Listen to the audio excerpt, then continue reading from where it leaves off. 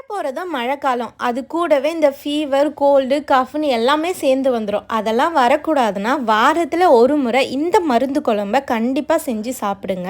உடம்புக்கு ரொம்பவே நல்லது. இப்போ வாங்க எப்படி செய்யுதுன்னு பார்த்துடலாம். இந்த மருந்து குழம்ப நம்ம கிச்சன்ல எப்போதுமே இருக்க இன்கிரீடியன்ட்ஸ் வச்சு பண்ணிடலாம். இப்போ ஒரு கடாயில 2 ஸ்பூன் மல்லி, 1 ஸ்பூன் மிளகு, 1 ஸ்பூன் சீரகம், 1 ஸ்பூன் உளுந்து, 1 ஸ்பூன் ஓமம், 2 காஞ்ச மிளகாய், 1/2 ஸ்பூன் கடுகு சேர்த்துட்டு நல்லா செவக்க வறுத்துட்டு எடுத்து வச்சிருங்க. இப்போ ஒரு கைப்பிடி கருவேப்பிலையை நல்லா முறுமுறுன்னு வறுத்துட்டு ஒரு மிக்ஸி ஜாருக்கு மாற்றிட்டு ஆல்ரெடி வறுத்து வச்ச பொருளையும் சேர்த்துட்டு 2 இன்ச் அளவுக்கு இஞ்சி, 1/2 ஸ்பூன் மஞ்சத்தூள், தண்ணி சேர்த்துட்டு அரைச்சி ரெடியாக எடுத்து வச்சுருங்க. இப்போ ஒரு கடாயில் நல்லெண்ணெய் சேர்த்துட்டு கடுகு, உளுந்து, கொஞ்சமாக வெந்தயம், 2 காஞ்ச மிளகாய், கொஞ்சமாக கருவேப்பிலை சேர்த்துட்டு ஒரு முழு பூண்டை உரித்து சேர்த்துட்டு நல்லா வதக்கி விட்டுருங்க.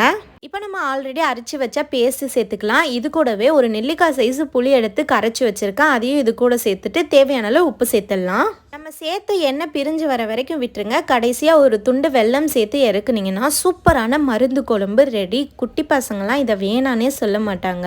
ஏன்னா மருந்து குழம்பு மாதிரியே தெரியாது, அவ்வளோ டேஸ்ட்டாக இருக்கும். இதை கண்டிப்பாக ட்ரை பண்ணி பாருங்கள். டாடா பாய்.